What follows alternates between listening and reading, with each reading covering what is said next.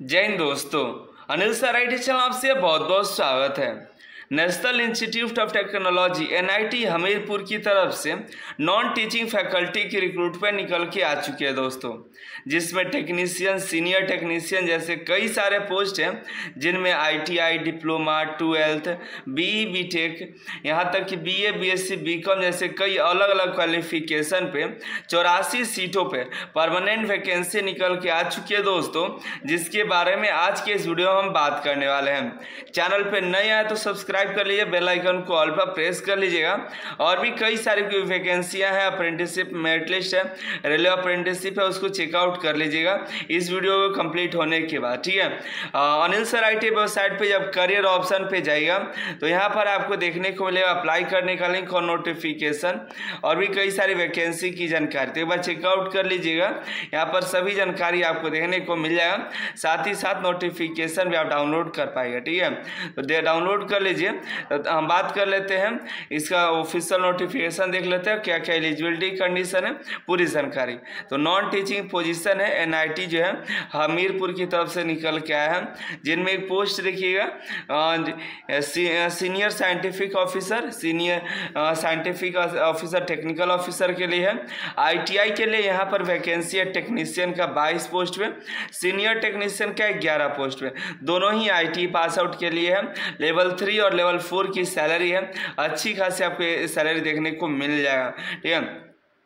Other कई और भी पोस्ट हैं, जैसे कि superintendent, personal assistant, junior assistant, senior assistant, technical assistant, junior engineer, student activity and sports assistant, library and information assistant जैसे post है।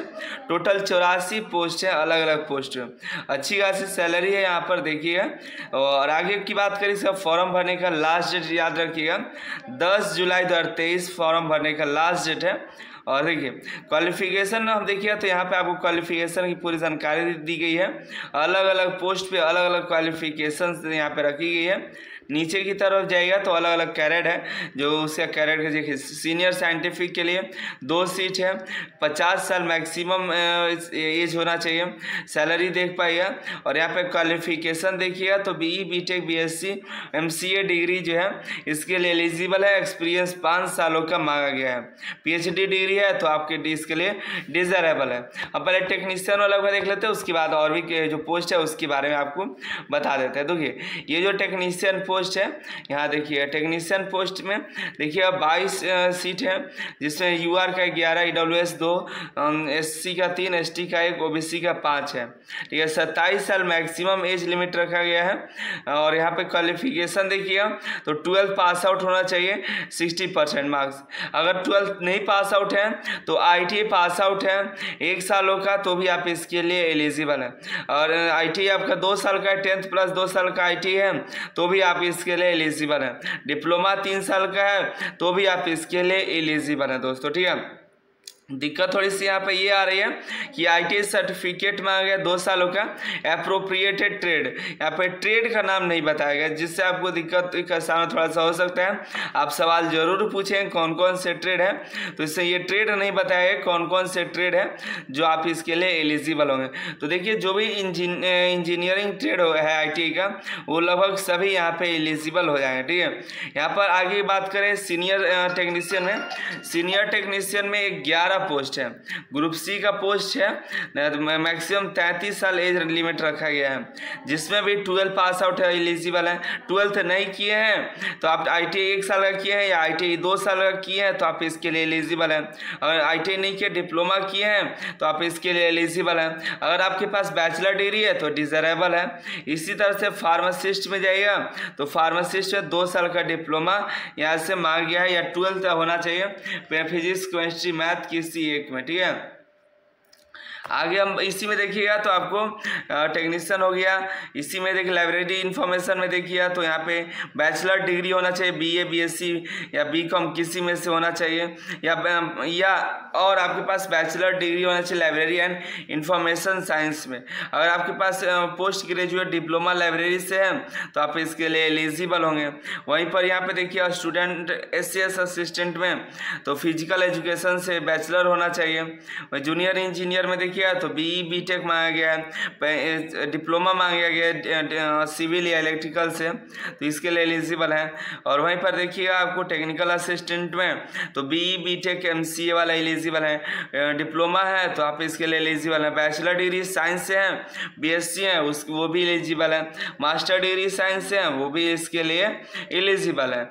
यहाँ पे देखिएगा सीनियर असिस्टेंट में तो 10+2 आप इसके लिए एलिजिबल हैं, और टाइपिंग अगर आपके पास है 35 वर्ड पर मिनट इंग्लिश में तो आप इसके लिए एलिजिबल हैं, ठीक है। और वहीं आगे चलिएगा तो जूनियर असिस्टेंट में देखिए 10+2 टाइपिंग भी मांगा गया। अगर आपके पास स्टेनोग्राफर का स्किल है तो आपको यहाँ पे डिजरेबल रखा गया है। तो अच्छी खासी पोस्ट है, ज़्यादा तो सीट नहीं कहेंगे, लेकिन देखिए आपके लिए वैकेंसी है, सैलरी भी अच्छी खासी है। इसका ऑनलाइन फॉर्म देखिए, ऑनलाइन फॉर्म आपका 16 जून से भरना शुरू होगा और 10 जुलाई तक फॉर्म भरे जाएंगे, तो उसी बीच में आपको फॉर्म भर देना है। और एक बात फीस के बारे में बात कर लेते हैं, फॉर्म भरने का क्या फीस है, इम्पोर्टेंट वो भी है, क्योंकि फीस काफ़ी सारा लग जाता है यहाँ पे इस तरह की वैकेंसियों में। यहाँ पे देखिएगा UR OBC EWS में एप्लीकेशन फीस जो है 750 और यहाँ पे एग्जामिनेशन फीस 750, टोटल आपको 1500 फीस देना पड़ेगा। जो SC ST PWD women's candidate हैं उनको 750 लगेगा। यहाँ पर एप्लीकेशन फीस यहाँ नहीं लगेगा, लेकिन एग्जामिनेशन फीस तो लगेगा, तो टोटल आपका 750 लग जाएगा SC ST PWD और वीमेंस कैंडिडेट के लिए। जनरल के लिए आपको 1500 रुपये यहाँ पर लगने वाला है, जनरल और BC और EWS का, ठीक है।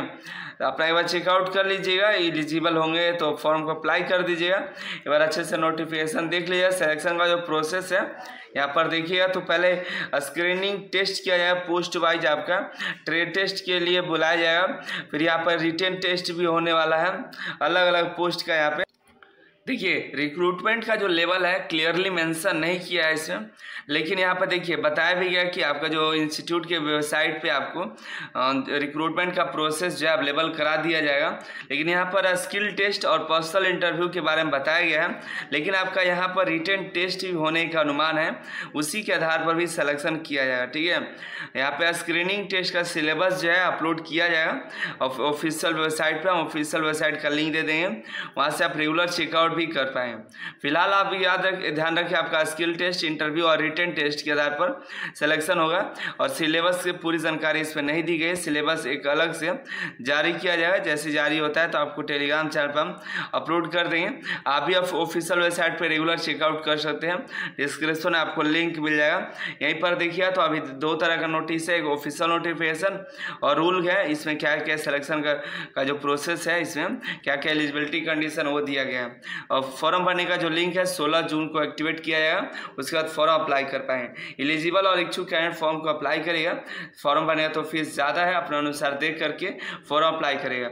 मिलता है वीडियो में अगले जन के साथ, और भी कई सारी वैकेंसी है जिसके लिए एलिजिबल होंगे, उसका फॉर्म अप्लाई कर दीजिए। आप सभी का बहुत बहुत धन्यवाद।